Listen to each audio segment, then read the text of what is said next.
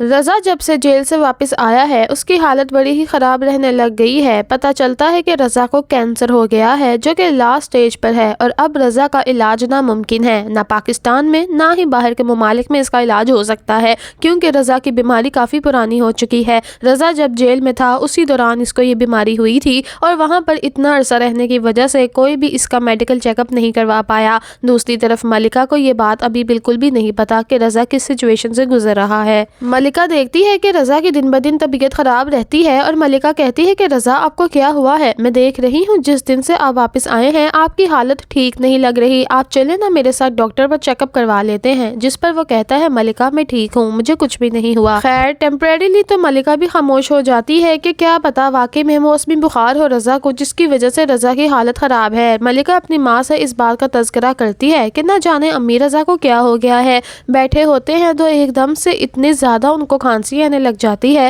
کہ پانی پلاتی ہوں، دوا کھلاتی ہوں، پھر بھی ٹھیک نہیں ہوتے اور کبھی کبھی ان کو ایک دم سے چکر آتے ہیں کہ گرنے والے ہو جاتے ہیں، جس پر ملکہ کی ماں ایک دم سے پریشان ہو جاتی ہے اور اس کو ایک دم سے اپنا شوہر یعنی کہ ملکہ کے باپ کی یاد آنے لگ جاتی ہے کہ کس طرح سے جب اس بیچارے کو بھی کینسر تھا اور وہ کینسر کی وجہ سے ہی مرا تھا، سٹارٹنگ میں اس کی بھی ایسی ہی حالت ہویا کرتی تھی۔ ملکہ کی ماں بہت زیادہ گھبرا جاتی ہے اور کہتی ہے کہ بیٹا تم اپنے شوہر کو لے کر جاؤ نا ڈاکٹر پر، جس پر ملکہ کہتی ہے نہیں امی کوئی بات نہیں، عام سی بات ہے، عام سا موسمی بخار ہے، رضا کہہ رہے تھے کہ وہ ٹھیک ہو جائیں گے۔ جس پر اس کی ماں تو بالکل بھی اس کی نہیں سنتی اور تڑپنے لگ جاتی ہے، جس پر ملکہ کہتی ہے کہ امی کیا ہو گیا، آپ اتنا زیادہ کیوں اوور ری ایکٹ کر رہی ہیں؟ اس کی ماں کہتی ہے بات اوور ری ایکٹ کی نہیں ہے، بس میرا دل گھبرا رہا ہے، تم رضا کو خود ڈاکٹر پر لے کر جاؤ اور دیکھو وہ کیا کہتے ہیں۔ اب اس کی ماں کس طرح سے ملکہ کو بتا دے کہ یہ تو ساری کی ساری علامات کینسر کی ہیں جو کہ اس کے اپنے شوہر کو بھی ہوئی تھی،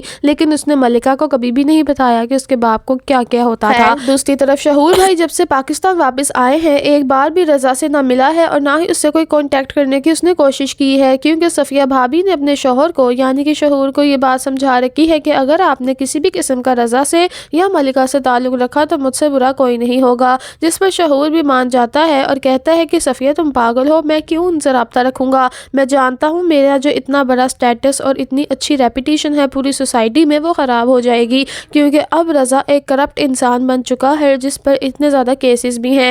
دوسری طرف رضا بیچارہ اپنے بھائی کی محبت میں اتنا پاگل ہے کہ اس کو کچھ پتا ہی نہیں ہے کہ اس کا بھائی اس کی پیٹھ پیچھے کیا کر رہا ہے۔ رضا اپنے بھائی سے اور بھابی سے ملنے کے لیے ان کے گھر چلا جاتا ہے۔ ان کے گھر جب جاتا ہے تو وہاں پر تو سب کے تیور ہی بدلے ہوتے ہیں، کوئی اس سے سیدھے منہ بات نہیں کرتا۔ پہلے تو اس کو ڈرائنگ روم میں اتنی دیر بٹھا دیا جاتا ہے کہ انتظار کیجئے، ابھی صفیہ بھابی اور شہور بھائی آنے ہی والے ہیں۔ جب شہور آتا ہے تو کہتا ہے ارے رضا تم جیل سے واپس کب آئے؟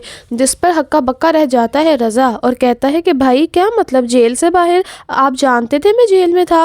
جس پر شہور کہتا ہے ہاں مجھے صفیہ نے بتایا تھا، بس میری میٹنگز اتنی زیادہ تھی کہ میں یو کے سے پاکستان واپس آ ہی نہیں پایا۔ خیر تم بتاؤ تمہاری بیل کس نے کروائی؟ کہاں سے ہوا یہ سب کچھ؟ تمہارے خلاف تو اتنے سخت ایویڈنس تھے کہ تمہیں تو نکالنا بڑا ہی ناممکن تھا۔ جس پر رضا کے تو پیروں تلے زمین ہی نکل جاتی ہے اور کہتا ہے کہ بھائی مجھے تو لگا تھا کہ شاید آپ لا علم ہے میری قید سے اس لیے آپ واپس نہیں آئے، لیکن آج یہ سن کر تو مجھے بڑا ہی افسوس ہوا ہے کہ آپ تو سب کچھ جانتے تھے اور جان بوجھ کر آپ پاکستان نہیں آئے، آپ نے ایک کال بھی نہیں کی۔ آپ جانتے تھے کہ سائبر کرائم کا جو چیئرمین ہے وہ آپ کا کلاس فیلو تھا، آپ چاہتے تو اس کو کال کر کے میری بیل کروا بھی تو سکتے تھے اور اس کو ایک کال ہی کافی تھی، لیکن آپ نے تو ایک کال کی بھی زحمت نہیں کی۔ جس پر وہ بڑا ہی بیچارہ تھوڑا سا شرمندہ ہو جاتا ہے، لیکن شہور ہے کہ وہ کہتا ہے کہ رضا دیکھو شکر ہے تم باہر تو آ گئے نا، کیا فرق پڑتا ہے کس نے نکالا کس نے نہیں نکالا۔ رضا پھر بتاتا ہے کہ مجھے ملکہ کی مامی اور ممانی نے باہر نکالا ہے اور ان کی ہی یہ کرم نوازی ہے جو میں باہر آ چکا ہوں، خیر میں چلتا ہوں۔ جس پر شہور کہتا ہے بیٹھ جاؤ رضا، اتنی جلدی کیوں جا رہے ہو؟ تو رضا کہتا ہے نہیں میں یہاں بیٹھنے نہیں آیا تھا، میں تو شاید کوئی خوش فہمی لے کر آیا تھا جو کہ اب میری اتر چکی ہے۔ رضا جب گھر جاتا ہے تو بیچارہ بڑا ہی پریشان ہو جاتا ہے، اتنے میں ہی ملکہ کی ماں وہاں پر آ جاتی ہے رضا کے پاس اور کہتی ہے بیٹا کیا ہوا ہے؟ ملکہ نے بتایا تھا کہ تمہاری طبیعت ٹھیک نہیں ہے، اب تمہارا بخار اور گلا درد کیسا ہے؟ جس پر رضا کہتا ہے آنٹی اب میں کافی بہتر ہوں۔ وہ کہتا ہے کہ آج میں گیا تھا شہور بھائی سے ملنے کے لیے، لیکن وہاں پر جا کر تو مجھے بڑا ہی افسوس ہوا ہے، وہ اتنا بدل گئے ہیں، وہ کس طرح بدل سکتے ہیں؟ جس پر ملکہ کی ماں اس کو دلاسے دیتی ہے اور کہتی ہے بیٹا کوئی بات نہیں،